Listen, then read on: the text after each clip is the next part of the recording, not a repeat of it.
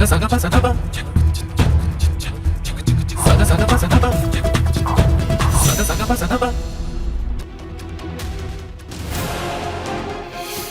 के विदेश मंत्री शेख अब्दुल्ला बिन जायद ने भारत के विदेश मंत्री डॉक्टर एस जयशंकर से मुलाकात की। जयशंकर बोले व्यापक रणनीतिक साझेदारी को आगे बढ़ाएंगे।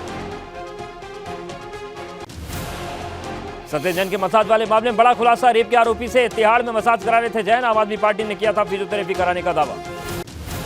श्रद्धा मर्डर केस में जज के सामने आबदाब का कबूलनामा। गुस्से में आकर की हत्या, पुलिस को बता चुका हूं सारा सच। 4 दिन के बढ़ी पुलिस की रिमांड। जम्मू कश्मीर और सुरक्षा बलों की बड़ी कामयाबी। अरनिया में बीएसएफ ने घुसपैठियों को मार गिराया। रामगढ़ में पकड़ा गया एक पाकिस्तानी। राजस्थान में श्रीगंगानगर में भारतीय सेना का युद्धाभ्यास। फायरिंग अभ्यास में सेना की तोप, टैंक और हेलीकॉप्टर के अलावा वायुसेना भी हिस्सा ले रही है। ड्रोन भी अभ्यास में शामिल। गुवाहाटी में भारतीय सेना की आकाश गंगा टीम का अद्भुत प्रदर्शन। आसमान से लगाई फ्री फॉल छलांग, जमीन पर सुरक्षित उतरा जाबाज जवान। पेंशनधारियों के लिए अच्छी खबर। अब लाइफ सर्टिफिकेट के लिए बैंक जाने की नई जरूरत। ऑनलाइन ही हर साल जमा कर सकेंगे जीवन प्रमाण पत्र। केंद्र सरकार करीब 75 लाख पेंशनधारियों को फायदा होगा।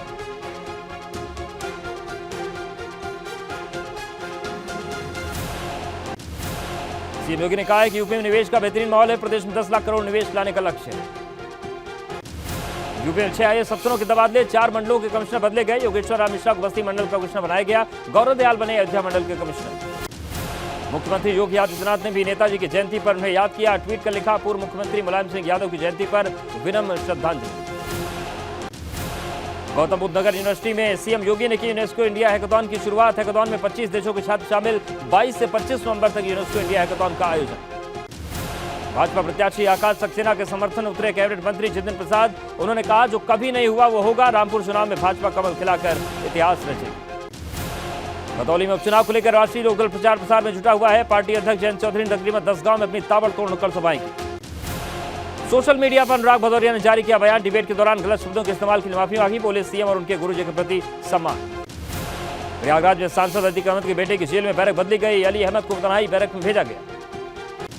आगरा के 6वें ग्रुप के ईमेल का स्क्रीनशॉट वायरल। ईमेल में विदेशी खाते में रकम जमा करवाने का जिक्र। सूत्रों के मुताबिक जांच एजेंसियां कई देशों में संपर्क कर सकती हैं। रामपुर में हेट स्पीच मामले में आजम खान एमपीएमएलए कोर्ट में पेश हुए। कोर्ट से आजम खान को मिली रेगुलर जमानत। मामले में अब 2 दिसंबर को होगी सुनवाई। रामपुर में अब्दुल्ला आजम को कोर्ट से लगा झटका। 2 जन्म प्रमाण पत्र मामले में लगा झटका। अब्दुल्ला के वकील को आपत्ति, कोर्ट ने खारिज की। अब 25 नवंबर को सुनवाई। लखनऊ में कैसरबाग बस अड्डे पर दंपति को चोरों ने बनाया निशाना। दंपति के जेवरों से भरे बैग को लेकर उड़े चोर। जेवरों की कीमत करीब 15 लाख रुपए बताई जा रही है। सीतापुर में तहसील के सामने शराब के नशे में धुत मिला लेखपाल। वीडियो हो रहा सोशल मीडिया पर वायरल। एसडीएम महोली पूनम भास्कर ने लेखपाल को निलंबित किया। ग्रेटर नोएडा में तेज रफ्तार स्कूल वैन 20 सड़क पर पलटी। आधा दर्जन बच्चे चोटिल। आसपास के लोगों ने इको वैन से घायल बच्चे को बाहर निकाला। हरसिंहपुर गोवा क्रॉसिंग के पास फर्रुखाबाद से आ रही मालगाड़ी की पहिए पटरी से उतरे चालक की सूझबूझ से हादसा टला। लखनऊ में एयरपोर्ट पर यात्रियों का हंगामा। एयर एशिया के यात्रियों ने एयरपोर्ट पर हंगामा किया। उड़ान लगातार देरी से भड़के यात्री। बरेली में दिन दहाड़े हुई हत्या का सीसीटीवी वीडियो सामने आया। पुलिस ने सीसीटीवी फुटेज के आधार पर मुख्य आरोपी को गिरफ्तार किया। महाराजगंज में पनियारा इलाके में खेत में टहलते हुए तेंदुए का वीडियो वायरल हो गया। सूचना के बाद विभाग की टीम तेंदुए की तलाश में जुट गई। लखीमपुर खीरी में गोलावन रेंज में जमुना घाट फार्म में तेंदुआ पकड़ा गया। आपको बता दें कि पिछले कुछ दिनों से तेंदुए ने 3 लोगों को मौत के घाट उतार दिया था। गोरखपुर में 2 शातिर महिलाओं का पुलिस ने सीसीटीवी फुटेज जारी किया। ये महिलाएं शादी समारोह में गहनों पर हाथ साफ करती थी। कर्णप्रयाग में ड्यूटी के दौरान पशु चिकित्सा अधिकारी देवाल नशे में धुत पाए गए। स्थानीय लोगों ने नशे में टल्ली डॉक्टर को पकड़कर पुलिस के हवाले किया। लखनऊ में एक तरफ प्यार में युवक ने युवती से की दरिंदगी। युवती का अश्लील वीडियो बनाकर युवती के पिता को भेजा गया। कानपुर में नवस्था थाना पुलिस ने चोरी करने वाले गैंग का किया खुलासा। 5 शातिर चोरों को पुलिस ने गिरफ्तार किया। सीतापुर में थानगांव थाना क्षेत्र में 13 लाख की ठगी करने का मामला सामने आया। जमीन में गड़ा सोना निकलवाने की बात कहकर ठगे 13 लाख। पीड़ित ने सीएम पोर्टल, डीजीपी कार्यालय और डीएमएसपी को शिकायत की।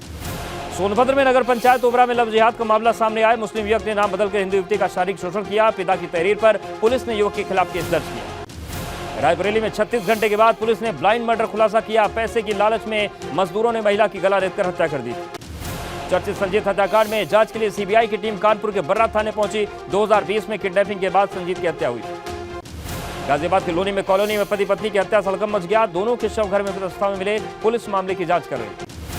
आगरा में शाहगंज इलाके में गैराज में कमरे में युवक का शव मिलने सड़कम मच गया। हत्या के खुलासे के लिए पुलिस जांच में जुटी हुई। बलरामपुर में बेखौफ बदमाशों ने डेयरी संचालक की गोली मारकर हत्या कर दी। पुलिस ने शव को कब्जे में लेकर पोस्टमार्टम के लिए भेज दिया है। आरोपियों की तलाश में जुट गई। बागपत में एक फल व्यापारी गला रेत कर हत्या से हड़कंप मच गया। व्यापारी का शव ललुहान शव जंगल में मिला। पोस्टमार्टम के बाद पुलिस जांच में जुटी। कौशाम्बी में अवैध संबंधों के शक में एक पति ने पत्नी की हत्या कर दी। पुलिस ने आरोपी पति को गिरफ्तार कर लिया। लखनऊ के इंदिरानगर इलाके में एक युवक ने ताबड़तोड़ फायरिंग की, जिससे इलाके में सनसनी फैल गई। फायरिंग के दौरान एक फर्नीचर व्यापारी घायल हुआ। कन्नौज बेखौफ बदमाशों ने पुलिस इंस्पेक्टर की कार लूट ली। बदमाशों ने इंस्पेक्टर को असलहे की बट मारकर घायल कर दिया। कानपुर में 3 तलाक पीड़िता ने सीएम योगी आदित्यनाथ से गुहार लगाई। चेतावनी दी कि न्याय नहीं मिला तो सीएम आवास पर मासूम बच्चों के साथ आत्महत्या कर दी। गोरखपुर में व्यापारी कर्मचारी ने ऑनलाइन ट्रांजैक्शन में 10 लाख रुपए का चूना लगा दिया। पुलिस ने आरोपी को गिरफ्तार कर लिया। कानपुर के न्यूरी गांव के पास पुलिस ने बदमाश से मुठभेड़ हुई, जिसमें बदमाश के पैर में गोली लगी। आरोपी के पास से पुलिस ने चोरी के सरकारी रिवॉल्वर बरामद किए। गाजीपुर के काशिमाबाद में पूर्वांचल एक्सप्रेस पर चेकिंग के दौरान बदमाशों ने पुलिस पर फायरिंग कर दी। पुलिस की जवाबी कार्रवाई में एक बदमाश घायल हो गया, जबकि दूसरा फरार हो गया। गाजियाबाद में कुत्ते के हमले में घायल 1 साल की बच्ची को लगे 115 टाके। विजयनगर थाना क्षेत्र के सिद्धार्थ विहार में 19 नवंबर को कुत्ते के हमले में घायल हुई थी बच्ची। कानपुर में रहने वाली 3 तलाक पीड़िता ने सीएम योगी से लगाई न्याय की गुहार। पीड़िता ने सुनवाई नहीं होने पर बेटी के साथ आत्मदाह की चेतावनी दी। सीएम और अधिकारी को लिखा पत्र। प्रयागराज में ट्रक की टक्कर से एक ही परिवार के 2 युवाओं की मौत। मौके पर दोनों युवकों के चीथड़े उड़े। हादसे की सूचना के बाद शंकरगढ़ थाना पुलिस ने शव को कब्जे में लिया। शंकरगढ़ में दिलीप पेट्रोल पंप के पास हादसा हुआ। लखनऊ के हजरतगंज में बेकाबू कार डिवाइडर पर चढ़ गई। कार सवार ने 2 गाड़ियों को टक्कर मार दी। हादसे में ग्राहकीर और चालक बाल बाल बचे। और ये आगरा लखनऊ एक्सप्रेसवे पर मिनी बस डिवाइडर टकराई। ड्राइवर को नींद की झपकी आने से हादसा हो गया। लखनऊ के बंगला बाजार मार्केट में नशे में धुत ड्राइवर ने कार को जोरदार टक्कर मार दी। हादसे में गाड़ी पास के होटल में घुस गई, जहां कुछ कर्मचारियों को हल्की चोटें आई। आगरा में जूनियर हाई स्कूल की बिल्डिंग गिरी। बच्चों के ग्राउंड में होने की वजह से टल गया बड़ा हादसा। तहसील एतमादपुर के रसूलपुर जूनियर स्कूल का मामला है। कौशाम्बी में पकौड़ी खाने से एक बच्चे की मौत हो गई। मृतक के परिजनों ने पड़ोस की महिला पर पकौड़ी में जहर मिलाने का आरोप लगाया। मसूरी में धामी सरकार का 3 दिवसीय चिंतन शिविर का आगाज हो गया है, जिसका शुभारंभ सीएम धामी ने किया। शिविर में अगले 3 दिन प्रदेश के विकास के लिए रोड मैप तैयार होगा। मसूरी चिंतन शिविर में मुख्य सचिव का अधिकारियों को बड़ा संदेश। कहा, नियमों का हवाला देकर जन कल्याण के प्रयास को नो कहने का अप्रोच सही नहीं है। सरकार के चिंतन शिविर पर कांग्रेस ने निशाना साधा। प्रदेश अध्यक्ष कांग्रेस ने कहा कि भाजपा इस तरह की ड्रामेबाजी अक्सर करते रहती है। रुड़की के उदलहेड़ी से पूर्व सीएम हरीश रावत की भारत जोड़ो हरिद्वार जिंदाबाद यात्रा का शुभारंभ। यात्रा में कांग्रेस प्रदेश अध्यक्ष करण माहरा और नेता प्रतिपक्ष यशपाल आर्य भी पहुंचे। भाजपा के प्रदेश महामंत्री आदित्य कोठारी का कुमाऊं कार्यालय पहुंचने पर कार्यकर्ताओं ने जोरदार स्वागत किया। देहरादून नगर निगम के रिकॉर्ड रूम से महत्वपूर्ण फाइलें चोरी होने के बाद हड़कंप मचा है। नगर निगम की ओर से नगर कोतवाली मुकदमा दर्ज कराया गया। उत्तरकाशी में अवैध नशा कारोबारियों के खिलाफ एक्शन मोड में पुलिस। अवैध नशा तस्करों के विरुद्ध पुलिस ने की बड़ी कार्रवाई। हाईकोर्ट के आदेश पर अवैध अतिक्रमण पर हरिद्वार प्रशासन हरकत नजर आए। प्रशासन द्वारा अवैध अतिक्रमण चिन्हित कर उन्हें नोटिस दिए गए। पिथौरागढ़ में अपर पुलिस महानिदेशक ने कानून व्यवस्था की समीक्षा बैठक की। साथ ही नशे के खिलाफ लोगों को जागरूक करने का जोर दिया। आज मुलायम सिंह यादव की पहली जयंती थी। इस मौके पर पूरे मुलायम परिवार ने एक साथ आकर मैनपुरी उपचुनाव से पहले संदेश दिया कि परिवार के सभी सदस्य एकजुट हैं। 6 साल से नेताजी के परिवार वालों के बीच रिश्तों पर जमी बर्फ कितनी तेजी से पिघलने लगी है, इसकी एक तस्वीर मुलायम सिंह यादव की पहली जयंती पर देखने को मिली।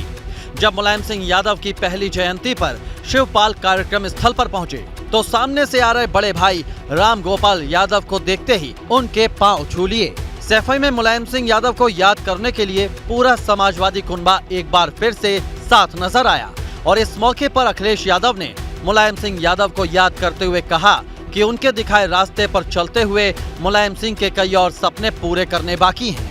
हम आपको भरोसा दिलाते हैं कि नेताजी ने जो काम आगे बढ़ाया था उन कामों को भी आगे बढ़ाएंगे। अपने बड़े भाई और सपा संस्थापक मुलायम सिंह को याद करते हुए शिवपाल यादव ने कहा, मुलायम सिंह के अधूरे कामों को पूरा करना ही नेताजी को असल श्रद्धांजलि होगी। बीते 6 दिनों में ये चौथा मौका था जब अखिलेश यादव अपने चाचा शिवपाल यादव के साथ एक मंच पर साथ साथ नजर आए और ये तस्वीरें साफ कर रही हैं कि मुलायम परिवार में पैदा हुई दूरियां धीरे धीरे ही सही कम होने लगी हैं।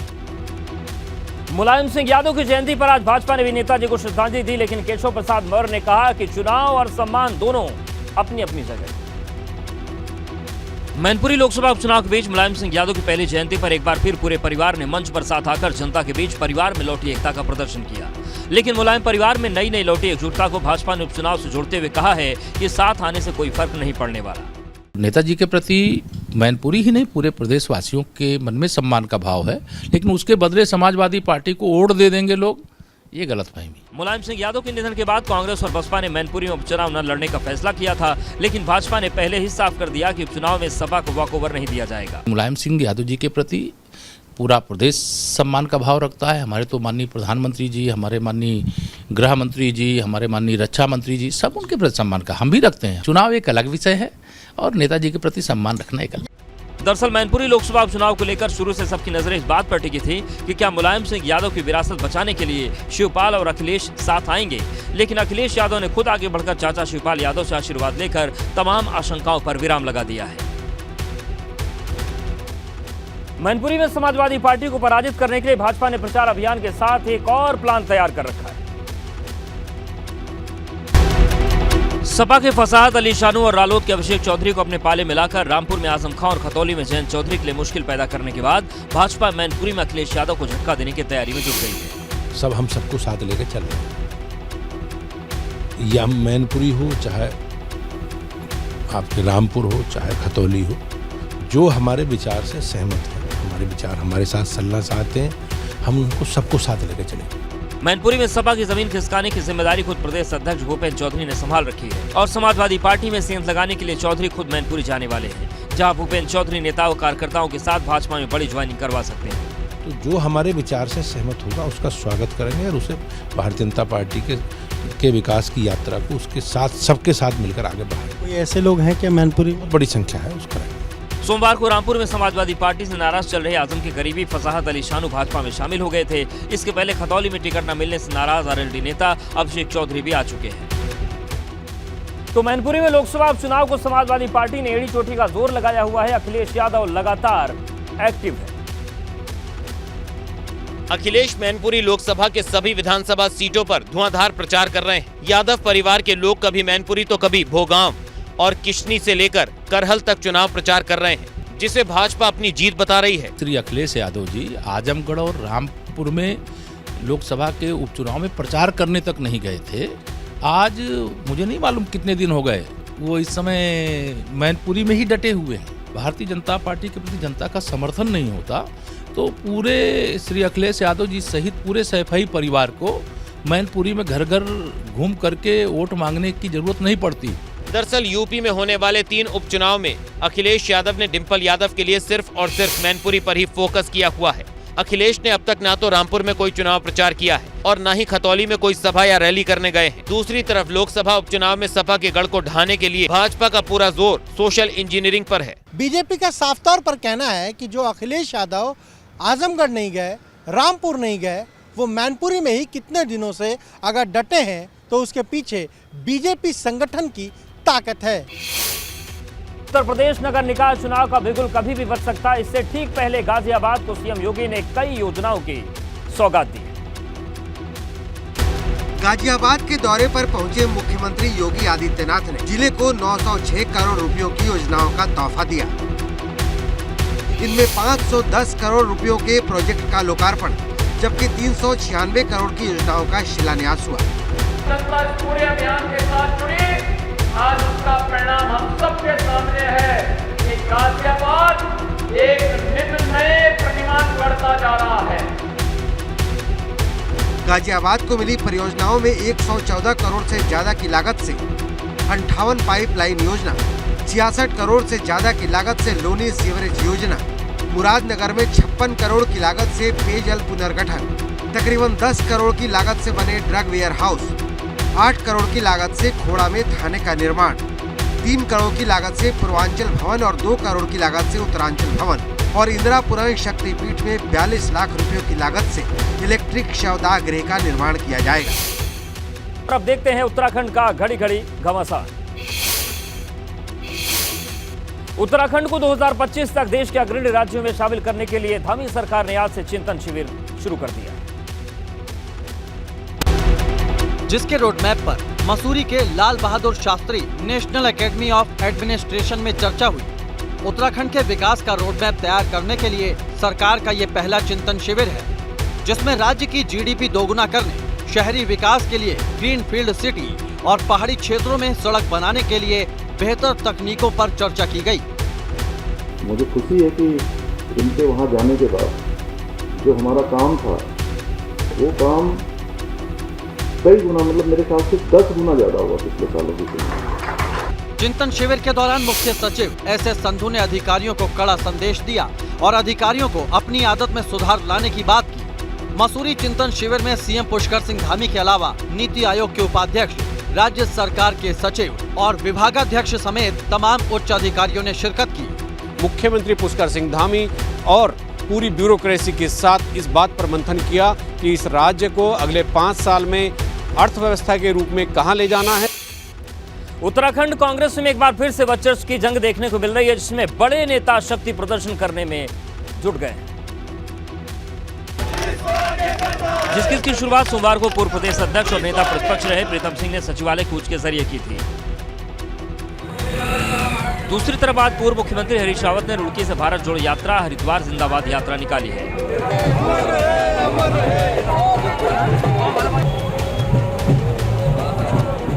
विधानसभा चुनाव से हरीश रावत और प्रीतम खेमे में आई दूरियां कम होने का नाम नहीं ले रही। दोनों उत्तराखंड में अपना अपना शक्ति प्रदर्शन कर रहे हैं।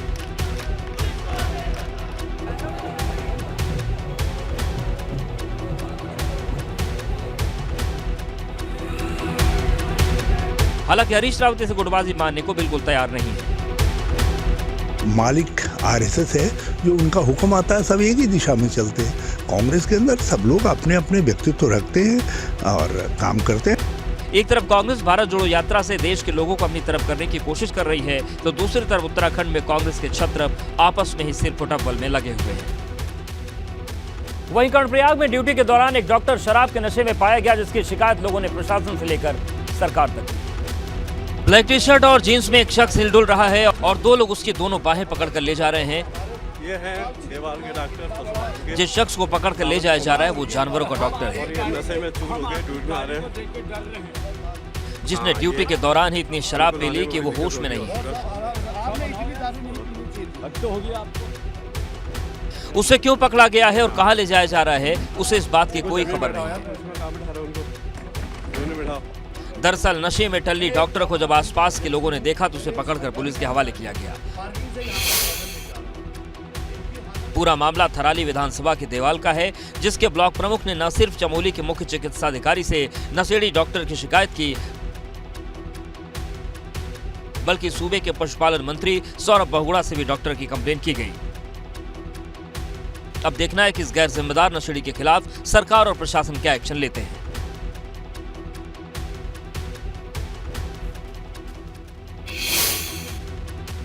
उत्तर प्रदेश नगर निकाय चुनाव 2022 के लिए शंखनाद शुरू हो गया है। राज्य निर्वाचन आयोग उत्तर प्रदेश की ओर से गैर मान्यता प्राप्त और निर्दलीय प्रत्याशियों के लिए चुनाव चिन्ह जारी कर दिए गए हैं। गैर मान्यता प्राप्त दलों के लिए स्टेट इलेक्शन कमीशन की ओर से 197 चुनाव चिन्ह जारी किए गए हैं, जबकि निर्दलीय प्रत्याशियों के लिए 42 इलेक्शन सिंबल बांटे गए हैं।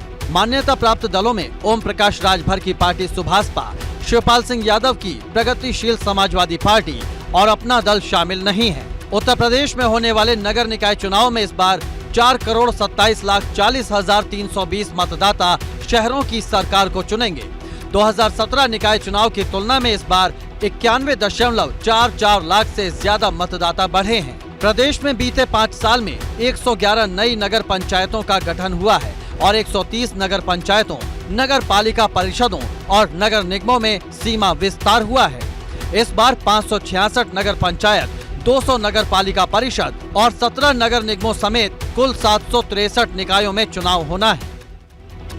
आजमगढ़ से सांसद दिनेश लाल निरहुआ के एक बयान पर बवाल मचा हुआ है। बात मुकदमे की मांग तक पहुंच चुकी है। आजमगढ़ के लोगों को लेकर दिनेश लाल निरहुआ ने 3 दिन पहले एक वैसा बयान दिया जो लोगों को चुभ गया। सांसद निरहुआ के आपत्तिजनक बयान को लेकर रिहाई मंच के कार्यकर्ताओं ने आजमगढ़ के पुलिस अधीक्षक को ज्ञापन दिया और हेट स्पीच के मामले में निरहुआ पर मुकदमा दर्ज करने की मांग की। दिनेश लाल यादव निरहुआ ने कहा वहाँ पर कि सरकारी जमीन पे लोग कब्जा किए हैं। दिनेश लाल निरहुआ ये बताएं कि हम अपनी जमीन को बताएंगे ना कि हमारी खसरा खतौनी क्या है। तुम क्या जानोगे हमारी जमीन को, और तुम बाहरी आदमी हो जो है। हालांकि फजीहत देखकर निरहुआ ने अपने बयान पर मीडिया के सामने आकर सफाई दी। एक चीज मैं देखता हूं कि अगर किसी को कोई समस्या आए तो कानून से पहले खुद ही निपटारा करने लगता है, खुद ही मारपीट करके कपार वपार फोड़ के फिर आते हैं। आजमगढ़ में भाई हमके यह पता चलल कि ये लोग के पिछड़ापन का कारण का तो मन बढ़ाई कर आजमगढ़ को आगे बढ़ाना है, पहले मन बढ़ाई खत्म करना पड़ेगा। बरेली में शराब विवाद में हत्या की वारदात को अंजाम दिया गया, जिसका सीसीटीवी फुटेज सामने आ गया। दिन के तकरीबन 1:30 बज रहे थे। बाजार में चहल पहल थी। एक लड़का दुकान में आता है और उसके पीछे एक दूसरा लड़का भी आता है और बिना खौफ के उसे गोली मार देता है। जैसा कि आप सीसीटीवी फुटेज में साफ साफ देख रहे हैं, पुलिस की गिरफ्त में खड़ा ये वही बदमाश है जिसने सरेआम सुरजीत नाम के युवक की हत्या कर दी। शराब वो मना कर रहा था, वो बता रहा था मैं कल तुम्हें छोड़ूंगा नहीं। हाँ तब आ गया, हादसा हो गया। पुलिस के मुताबिक आरोपी राहुल से एक दिन पहले सुरजीत के साथ शराब बेचने को लेकर विवाद हुआ था, जिसके बाद राहुल ने उसे जान से मारने की धमकी दी थी। सीसीटीवी की जांच पड़ताल से ये पता लगा कि एक राहुल नाम के व्यक्ति ने इस युवक की गोली मारकर हत्या की है। इस युवक को गिरफ्तार कर लिया गया है, यहाँ अग्रिम कार्रवाई की जा रही है। अब पुलिस आरोपी के अलावा इस हत्याकांड में शामिल दूसरे लोगों की तलाश कर रही है।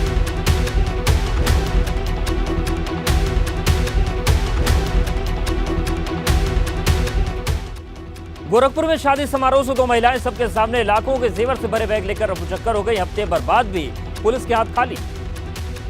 चोरी की सनसनीखेज वारदात धम्माल मोहल्ले की है। बारात के पहुंचने के बाद सभी लोग निकाह की रस्मों में व्यस्त थे।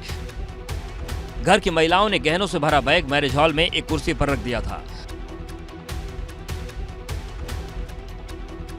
सभी लोग मेहमानों की खातिरदारी में लगे थे। उसी हॉल में 2 महिलाएं भी आसपास बैठी थी।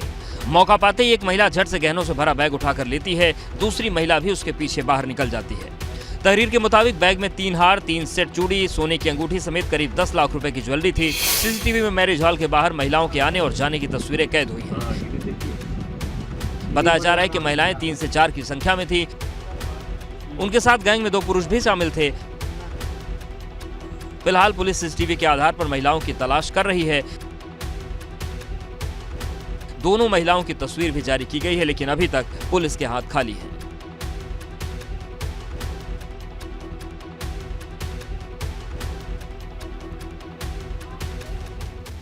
यूपी के शामली में बिजली विभाग की लापरवाही का एक हैरान कर देने वाला मामला सामने आया है, जहां के 12 गांव में बिजली विभाग ने 60,000 तक बिल भेज दिया है, जबकि अभी तक गांव में बिजली कनेक्शन दिए ही नहीं गए। शामली जिले में बावरिया जाति के लोगों के 12 गांव हैं, जिन्हें सरकार मुख्य धारा में लाने के लिए लगातार प्रयास कर रही है। लेकिन इन गांव के लोग अब विद्युत विभाग में फैले भ्रष्टाचार और कर्मचारियों की कारगुजारियों से तंग आ चुके हैं। करीब 10 साल पहले विद्युत विभाग के कर्मचारियों ने गांव में बगैर कनेक्शन के बिजली के मीटर लगा दिए, जिन्हें कभी पावर सप्लाई नहीं दी गई। लेकिन अब यही बिजली के मीटर हजारों के बिल उगल रहे हैं। अब समस्या यह है कि आखिर बिल चुकाया कैसे जाए। इसके संबंध में अभी ऐसी हाइडल से बात करी गई है, उनको भी इस प्रकरण की जानकारी नहीं है। उनको निर्देशित किया गया है कि तत्काल अपनी टीम भेजेंगे इन गाँव में, वहाँ जांच करेंगे और जांच की रिपोर्ट जो है कल सुबह तक मेरे सामने प्रस्तुत करेंगे, ताकि हम आगे की उस पर कार्रवाई कर पाएं। ग्रामीणों की बिजली के मीटर संबंधित समस्या के बारे में जिलाधिकारी को पता नहीं था। एबीपी गंगा के अवगत कराए जाने के बाद जिलाधिकारी ने जांच के लिए टीम भेजने की बात कही। कानपुर में डेंगू का कहर मरीजों पर बुरी तरीके से टूट रहा है। मौसम में बदलाव के साथ डेंगू पॉजिटिव मरीजों के आंकड़ों में मामूली गिरावट दर्ज की गई है, लेकिन अभी भी लगातार 35 से 40 डेंगू पॉजिटिव मरीज रोजाना कानपुर के उर्सला अस्पताल पहुंच रहे हैं। टेस्ट में कम से कम वही 30 से 35, 36, 37 तक की पॉजिटिविटी पर डे आती है। इसमें शहर के मतलब सारी अस्पतालों के भी शामिल हैं, सिर्फ हमारे यहाँ मतलब का नहीं है, इसमें और जिले के भी शामिल हैं।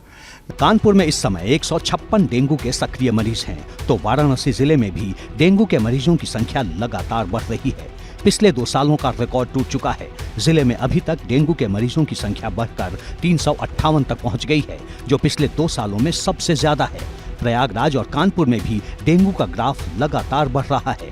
लखनऊ में सोमवार को एक दिन में डेंगू के 45 मामले दर्ज किए गए। हालांकि मौसम वैज्ञानिकों का मानना है कि तापमान 12 डिग्री सेंटीग्रेड से कम होने पर मच्छरों के पनपने की दर में कमी आएगी, साथ ही साथ ठंड बढ़ने पर डेंगू के मामलों में कमी आएगी।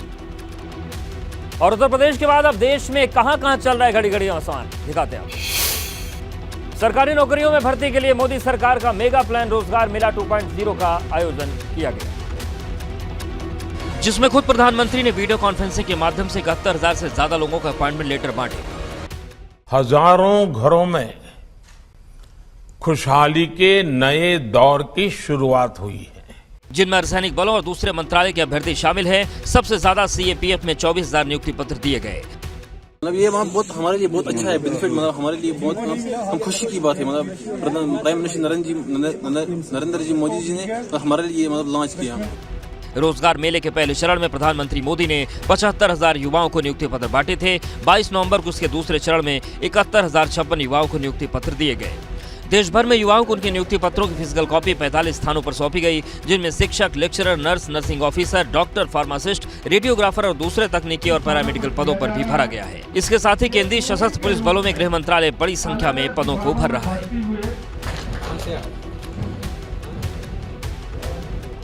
ऐसा केंद्रीय सशस्त्र पुलिस बल जिसका गठन 1965 के बाद। और वहीं तिहाड़ जेल में बंद सत्येंद्र जैन के वीडियो लीक मामले में नया खुलासा हुआ है, जिसके बाद सियासत का पारा हाई हो गया है।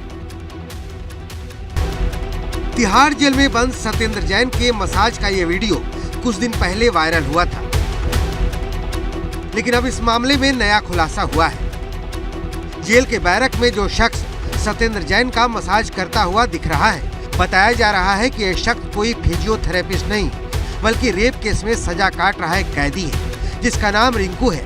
रिंकू पर पॉस्को की धारा 6 और आईपीसी की धारा 376, 506 और 509 के तहत आरोप है। इस खुलासे के बाद बीजेपी हमलावर है। जिसको सुरक्षा कवच बनना था, आज वो सुरक्षा कवच तो है, लेकिन वो सुरक्षा कवच है अपने भ्रष्टाचारी मंत्री, एक अपराधी का। दरअसल जेल में मसाज पर सवाल उठने पर अरविंद केजरीवाल ने कहा था कि जैन की तबीयत खराब है और उन्हें फिजियोथेरेपी दी जा रही है। बीजेपी अब उसी जवाब पर सवाल उठा रही है। और चलिए अब देखते हैं विदेश में कहां चल रहा है घड़ी घड़ी घमासान। पूर्वी यूरोप में भारी बारिश ने तबाही मचा रखी है। 6 लोगों की मौत हो चुकी है, जबकि सैकड़ों लोग प्रभावित हैं। दरअसल पूर्वी यूरोप के कई देशों में मूसलाधार बारिश ने तबाही मचा रखी है। लगातार 2 दिनों से जारी बारिश की वजह से कई इलाके जलमग्न हैं। कृषि भूमि पर लबालब पानी भर चुका है। लोगों के घरों तक बाढ़ के पानी ने घुसकर सब कुछ तहस-नहस कर दिया है। अभी तक भारी बारिश के कारण 6 लोगों की मौत हो चुकी है, जबकि सैकड़ों लोग इससे प्रभावित हैं। पश्चिमी बाल्कन के 3 देशों मोंटेनेग्रो, सर्बिया और अल्बानिया में बाढ़ ने लोगों के लिए तमाम मुश्किलें पैदा कर दी हैं। इसने सबसे ज्यादा नुकसान उत्तर पश्चिमी अल्बानिया के क्षेत्रों को पहुंचाया है। यहाँ हजारों एकड़ खेती की जमीन नष्ट हो चुकी है और कई घरों में पानी घुस चुका है, जिससे लोगों को कठिन हालातों का सामना करना पड़ रहा है।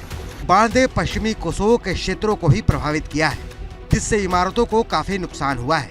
सैलाब की वजह से स्कूल भी बंद कर दिए गए हैं। हालांकि कोसोवो में किसी भी जान माल के नुकसान की सूचना नहीं है। वह इंडोनेशिया के जावा में सोमवार को आए भूकंप में मरने वालों की संख्या बढ़कर 268 हो गई। स्थानीय प्रशासन ने भूकंप से हुई मौत के आंकड़े की जानकारी देते हुए बताया कि मरने वालों की संख्या और बढ़ सकती है। हादसे में 31 लोग अभी लापता बताए जा रहे हैं, जबकि 377 लोग घायल हैं। इसके अलावा 7,000 से ज्यादा लोगों को अपना घर छोड़ना पड़ा। भूकंप से मची तबाही के बाद रेस्क्यू ऑपरेशन लगातार जारी है। बचाव कर्मी मलबे के नीचे फंसे बचे लोगों की तलाश कर रहे हैं। इंडोनेशिया में सोमवार को 5.6 तीव्रता का भूकंप आया था। इंडोनेशियाई एजेंसियों के मुताबिक भूकंप आने के बाद 25 झटके और दर्ज किए गए, जिसका केंद्र राजधानी जकार्ता से लगभग 75 किलोमीटर दूर सिंयाजुर शहर के पास था। भूकंप के झटके ने कई इमारतों को पूरी तरह से बर्बाद कर दिया, जिसमें स्कूल, सरकारी इमारतें और अस्पताल भी शामिल हैं। प्रधानमंत्री नरेंद्र मोदी ने इंडोनेशिया में भूकंप से हुई मौतों पर शोक जताया है और ट्वीट करके लिखा कि इस दुख की घड़ी में भारत इंडोनेशिया के लोगों के साथ खड़ा है।